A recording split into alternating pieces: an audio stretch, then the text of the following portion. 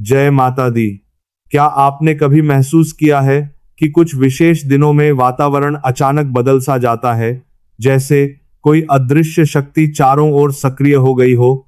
चैत्र नवरात्रि वही दिव्य समय होता है जब मां शक्ति की ऊर्जा पूरे ब्रह्मांड में जागृत होने लगती है, और यह केवल एक पर्व नहीं बल्कि जीवन को नई दिशा देने का पावन अवसर माना जाता है।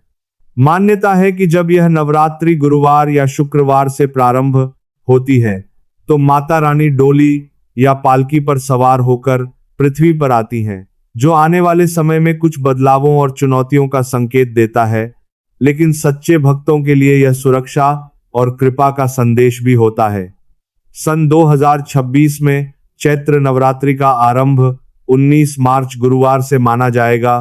प्रतिपदा तिथि सुबह 6:54 से शुरू होकर अगले दिन सुबह 4:52 तक रहेगी और इसका समापन 27 मार्च को महानवमी के दिन होगा। नवरात्रि के पहले दिन कलश स्थापना का विशेष महत्व होता है, जो मां दुर्गा को अपने घर आमंत्रित करने का प्रतीक है। इसका शुभ मुहूर्त सुबह 6:54 से 7:43 तक रहेगा, और यदि कोई इस समय न कर पाए तो अभिजीत मुहूर्त दोपहर 12:10 से 12:58 तक रहेगा। इन 9 दिनों में मां के 9 स्वरूपों शैलपुत्री, ब्रह्मचारिणी, चंद्रघंटा, कुष्मांडा, स्कंदमाता, कात्यायनी, कालरात्रि, महागौरी और सिद्धिदात्री की पूजा की जाती है, जिससे जीवन की अलग अलग बाधाएं दूर होती हैं। व्रत रखने वाले भक्तों को सात्विक आहार लेना चाहिए, जैसे फल, दूध, दही, कुट्टू, सिंघाड़ा, साबूदाना, आलू और मूंगफली, जबकि लहसुन, प्याज और तामसिक भोजन से दूर रहना आवश्यक होता है। नवरात्रि में जौ बोने की परंपरा भी बेहद महत्वपूर्ण मानी जाती है, क्योंकि यह सुख, समृद्धि और भविष्य के संकेत का प्रतीक होती है।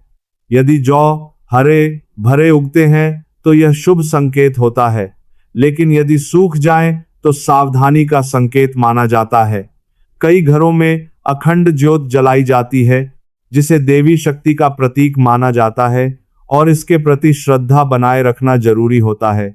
अष्टमी और नवमी के दिन यानी 26 और 27 मार्च को कन्या पूजन का विशेष महत्व होता है, जहां छोटी कन्याओं को देवी का रूप मानकर उनका पूजन किया जाता है और उन्हें प्रेम पूर्वक भोजन कराया जाता है।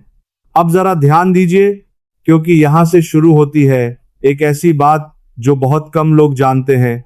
यदि नवरात्रि के दौरान आप किसी मंदिर के पास या अपने आसपास कोई ऐसा पौधा लगाते हैं जो हमेशा फूल देता है, जैसे मदार, सदाबहार, कनेर या गुड़हल, तो यह केवल एक पौधा लगाना नहीं बल्कि देवी की सेवा मानी जाती है।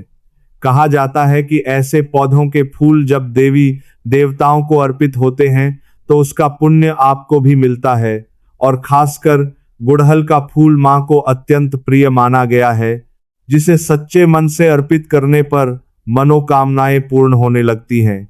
लेकिन नवरात्रि में कुछ सावधानियां भी जरूरी है।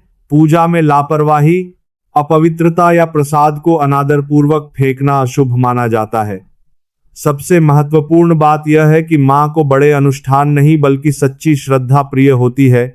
यदि आप पूरे 9 दिन पूजा न कर पाए तो भी सच्चे मन से मां का स्मरण करना पर्याप्त होता है।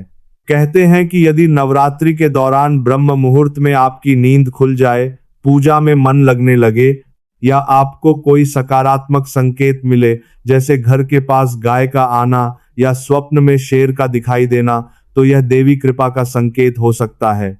इसलिए इस पावन समय में विश्वास, प्रेम और श्रद्धा के साथ मां दुर्गा की आराधना करें, क्योंकि जो भी भक्त सच्चे हृदय से मां को पुकारता है, उसके जीवन के अंधकार धीरे धीरे समाप्त होने लगते हैं और सुख, शांति तथा समृद्धि का प्रकाश फैलने लगता है।